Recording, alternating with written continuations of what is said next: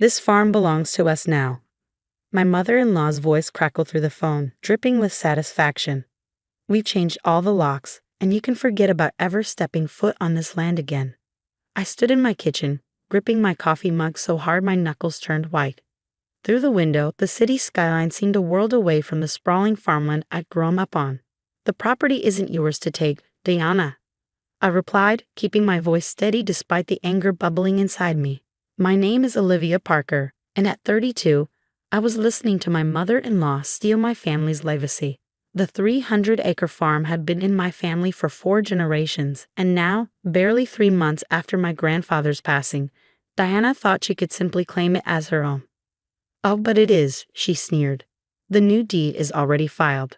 Your grandfather left everything to Michael, my precious son. You're just the farmer's granddaughter who got lucky enough to marry into our family. Did you really think you'd inherit anything? I closed my eyes, remembering last summer's evening when Grandpa had called me out to the old oak tree. His eyes had twinkled with that familiar mischievous glint as he pressed a small brass key into my palm. There's more to this land than meets the eye, Liv, he'd whispered. When the time comes, you'll know what to do. Diana, I said calmly, you might want to check those property records again. Carefully this time. Don't threaten me, girl, she spat. Your grandfather was a senile old man who didn't know what he was doing in his final years. The court will see it our way. Michael agrees with me completely. Of course he did. My husband had changed since his mother moved in with us last year. The kind, understanding man I married had become a puppet, dancing to Diana's every tune. When Grandpa passed, Michael hadn't even attended the funeral, claiming he had an important business meeting. I'll be there tomorrow morning, I said firmly. Don't touch anything in Grandpa's study. Her laugh was sharp and cruel. The study's already been cleared out. All that outdated farming equipment and those worthless old maps are in the dumpster where they belong. We're modernizing this place, turning it into something actually profitable. My heart skipped a beat, but I forced myself to remain calm. Diana didn't know about the hidden bunker beneath the study, the one Grandpa had shown me that summer evening. The entrance was concealed behind an old filing cabinet, protected by a combination lock that only I knew how to open. See you tomorrow, Diana, I said and hung up before she could respond. I immediately called my best friend Emma, who also happened to be a property lawyer. They've done what? She exclaimed after I explained the situation. Olivia, that's impossible. I helped your grandfather update his will last year. The farm is legally yours. Diana claims they filed a new deed, I said, pulling out the brass key from my jewelry box where I'd kept it safe. She says Grandpa left everything to Michael. That's fraud, Emma replied, and I could hear her typing furiously. Give me an hour. I'll pull the records and see what they filed. While waiting for Emma's call back, I packed a small overnight bag. My hands brushed against the old leather-bound journal Grandpa had given me on my wedding day. Inside were detailed maps of the farm, including underground water sources and hidden storage spaces that had helped our family survive the Great Depression. Diana thought she knew everything about our land, but she had no idea what secrets it held. Grandpa had always said our farm was special, that it held treasures more valuable than gold. I'd assumed he meant the memories we created there, but now I wondered if there was more to his words. Emma called back just as I was loading my bag into the car. Olivia, this is serious, she said. They submitted documents claiming your grandfather was mentally incompetent when he wrote his last will. They're trying to invalidate it completely. I started the engine, a plan already forming in my mind. Can you meet me at the farm tomorrow morning? Bring whatever legal documents you have. I'll be there at 8, she promised. Don't let them destroy anything else until I arrive. As I drove through the night, memories flooded back. Summers spent helping Grandpa in the fields, learning every inch of our land. The secret paths through the woods, the hidden springs, and most importantly, the underground bunker that had been our special secret. One day, Liv, Grandpa had told me, someone might try to take this land from you. When that happens, remember, the truth lies beneath the surface. I hadn't understood his words then, but now they made perfect sense. In that bunker were documents dating back to the farm's original purchase, maps showing hidden resources, and most importantly, proof that this land was meant to be mine. Diana thought she'd won, that she could bully and manipulate her way into stealing my inheritance. She had no idea that Grandpa had spent years preparing for this very situation. He'd known Diana's true nature long before any of us had seen it. As the city lights faded behind me and the familiar countryside stretched ahead, I felt a surge of determination. This wasn't just about property or money, it was about preserving a legacy, protecting the land that had been in my family for generations. Tomorrow would change everything. Diana and Michael thought they held all the cards, but they didn't know about the ace I had up my sleeve. The hidden bunker contained something that would shatter their carefully constructed plan, something that would prove once and for all who this land really belonged to. The moon cast long shadows across the fields as I drove down the familiar country roads. In less than 12 hours, I would face off against my mother-in-law and the man I once thought I knew. But this time, I wasn't just fighting for myself.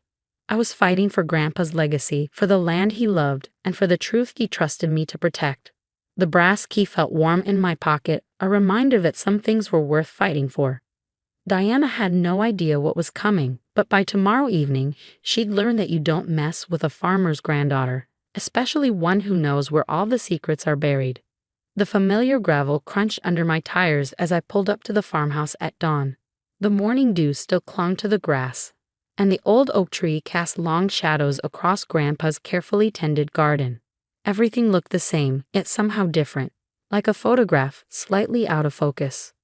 Diana's pristine Mercedes was already parked in the driveway, looking completely out of place next to the weathered barn. As I stepped out of my car, the front door swung open. There she stood, perfectly coiffed even at this early hour, with Michael hovering behind her like a shadow. "You're trespassing," Diana called out, her voice carrying across the yard. "I'll call the police." I walked steadily toward them, my boots leaving prints in the dewy grass. "Go ahead," I replied calmly. "I'm sure they'd be very interested in the fraudulent documents you filed." Michael stepped forward, his face a mask of practiced concern. "Liv, don't make this harder than it needs to be. Dad's gone, and the farm needs proper management. Mom has connections. Your mother has delusions. I cut him off. And you've forgotten who you are, Michael. This land raised you too." Diana's perfectly painted lips curled into a sneer. The study's locked. "Whatever you're looking for, you won't find it. We've been very thorough." "I bet you have," I thought, remembering the dumpsters she'd mentioned. But Diana didn't know about the hidden entrance behind the filing cabinet, or that the key in my pocket opened more than just one door. Emma's car pulled up just then, and Diana's expression faltered slightly at the sight of her legal briefcase. "Good. Let her worry." "Mrs. Henderson," Emma greeted Diana professionally, "I've brought copies of the original will and property deeds. We should discuss the serious legal implications of your recent actions." "This is private property," Diana started, but Emma cut her off. "This property belongs to Olivia Parker, as clearly stated in George Parker's last will and testament, which I personally witnessed. Your fraudulent claims won't hold up in court." While Emma kept them distracted in the kitchen with legal documents, I slipped away to Grandpa's study. The room had been ransacked, drawers pulled out, papers scattered everywhere. My heart ached seeing his beloved space treated with such disrespect. The old filing cabinet had been pushed aside, but not far enough to reveal the hidden door. I carefully moved it back into position, listening for the subtle click that meant it was perfectly aligned. Then, using the brass key and the combination Grandpa had taught me, his father's birthday, I opened the concealed entrance. The narrow staircase led down to the bunker, where the air was cool and smelled of earth and old paper. I flicked on my flashlight, and there it was, exactly as Grandpa had shown me. Metal filing cabinets lined the walls, each containing decades of farm records, original deeds, and most importantly, the evidence of what made this land truly special. I grabbed the specific folders Grandpa had pointed out last summer, along with a rolled-up survey map from 1943. Then I noticed something new, an envelope with my name on it, written in Grandpa's familiar shaky handwriting. Inside was a letter dated just weeks before his passing. "My dearest Liv, if you're reading this, then Diana has made her move sooner than we expected. In the bottom drawer of the third cabinet, you'll find documentation of the mineral rights survey conducted last year. The results will explain why she's so desperate to claim our land. Don't let her bully you, sweetheart. You're stronger than she knows. Love, Grandpa." My hands trembled as I opened the survey report. The technical language was complex, but the conclusion was clear: significant deposits of rare earth minerals had been discovered beneath the northwestern section of our farm. The land Diana thought was worthless old farmland was sitting on a fortune. I gathered everything and hurried back upstairs, finding Emma still engaged in heated discussion with Diana and Michael in the kitchen. Diana was waving some document in Emma's face, her voice shrill with indignation. "This medical evaluation clearly shows." Diana stopped mid-sentence when she saw me. "Where have you been?" I spread the documents across the kitchen table, watching Diana's face pale as she recognized the minerals survey report. "Looking for these?" I asked quietly. "Is this why you were so eager to claim Grandpa's worthless farm?" Michael stepped forward, his eyes fixed on the papers. "What are those?" "Proof that your mother knew about the mineral deposits months ago," I said, meeting his gaze steadily. "She's been planning this takeover since before Grandpa died. The medical evaluation she's waving around, the doctor's signature is dated after Grandpa's death. Care to explain that, Diana?" Diana's composure cracked. "You don't understand what's at stake here. That old fool was sitting on a gold mine and didn't even know it." "He knew," I corrected her, pulling out more documents from the bunker. "He knew everything. He just chose to protect the land instead of exploiting it. Something you'd never understand." Emma was already photographing the fraudulent documents, her face grim. "This is serious fraud, Mrs. Henderson. We're talking potential criminal charges." Diana's perfectly manicured hands began to shake. "Michael, do something." But Michael was staring at the survey maps, recognition dawning in his eyes. "The northern woods, that's where Dad taught me to fish. You were going to strip mine it?" "It's business." Diana snapped. "Something you two sentimental fools clearly don't understand." I watched my husband's face as the truth sank in.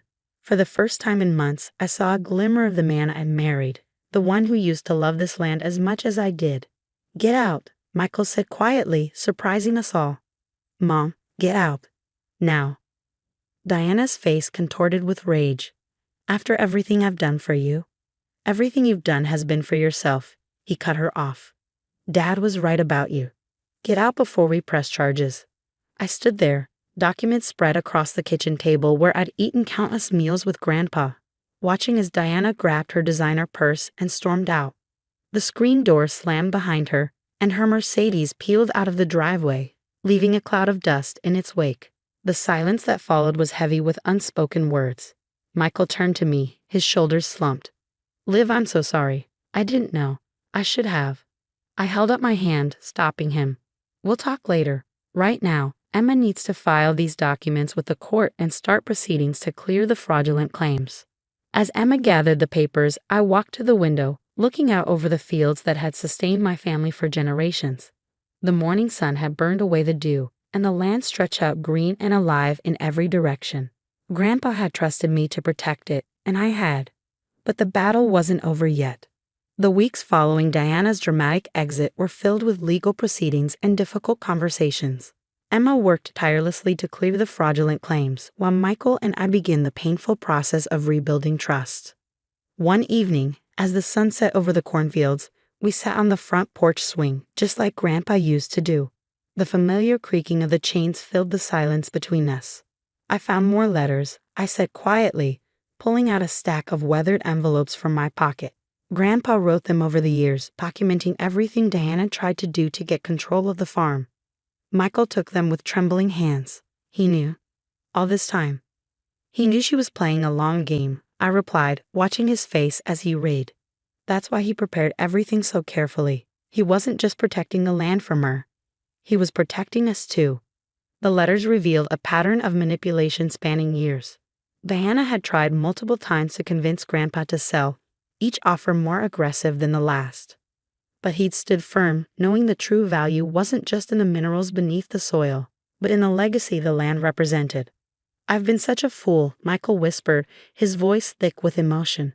"All those business meetings she arranged, the investment opportunities she pushed, it was all about getting control of the farm." I placed my hand over his. "You wanted to believe in her. That's not foolish, it's human." The screen door creaked open, and Emma stepped out, holding a stack of papers. "It's done," she announced with a satisfied smile. "The fraudulent claims have been completely dismissed, and I've filed restraining orders against Diana. She can't come within 500 feet of the property. Relief washed over me. Thank you, Emma, for everything. Don't thank me yet, she grinned. Wait until you see what else I found in those old records. Your grandfather wasn't just protecting the land, he set up a conservation easement. The mineral rights can never be exploited. This farm will always be exactly what it is, a farm. Michael let out a surprised laugh.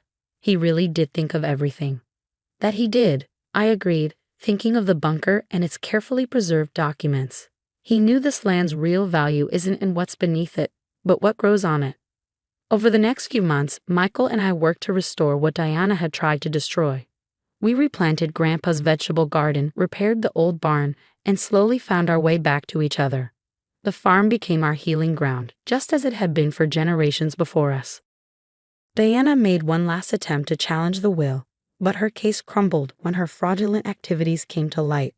The last we heard, she'd moved to Florida, as far from our fertile Illinois soil as she could get. 1 year after that tumultuous morning in the kitchen, I stood under the old oak tree, holding a small brass key. It was time to add my own documents to the bunker, continuing the tradition of protecting our legacy. Michael joined me, carrying our newborn daughter, Grace. Should we show her? He asked, nodding toward the hidden entrance. I smiled, watching our daughter's eyes track the dancing leaves above. Not yet. But someday, when she's ready, we'll tell her everything. About her great-grandfather's wisdom, about the land that's been in our family for generations, and about how love for this place is stronger than any amount of greed. Emma visited often, bringing her legal expertise and genuine love for the farm. Together, we established a trust to ensure the land would always remain agricultural, protecting it for future generations. As I watched Grace take her first wobbly steps across the same grass I played on as a child, I think about Grandpa's final gift. It wasn't just the land or the hidden bunker with its crucial documents. It was the lesson he taught me about standing firm in the face of adversity, about protecting what matters most. The farm continues to thrive, producing crops that feed our community. The northern woods where Michael learned to fish remain untouched, a sanctuary for wildlife and family memories alike. Sometimes, when the evening light hits the fields just right, I swear I can see Grandpa standing there, smiling at what his legacy has become. Diana thought she could steal our land by exploiting its hidden wealth. What she never understood was that the real treasure was never the minerals beneath the soil. It was the soil itself, the memories it holds, and the future it promises to those who love it enough to protect it. As for Michael and me, we've learned that some bonds, like the roots that run deep beneath our fields, grow stronger when tested. We're not just farmers now. We're guardians of a legacy that will continue long after we're gone, preserved in the hidden bunker and in the hearts of those who call this land home. Grace's laughter echoes across the fields as she chases butterflies through Grandpa's garden, and I know with absolute certainty that we did the right thing. This is where we belong, and no amount of greed or manipulation can ever change that. The brass key hangs on a hook by the door now, a reminder that sometimes the greatest victories come not from fighting, but from standing firm in what you know is right. Just as Grandpa always said, the truth lies beneath the surface, in the soil, in the soul, and in the heart of those who love this land enough to protect it.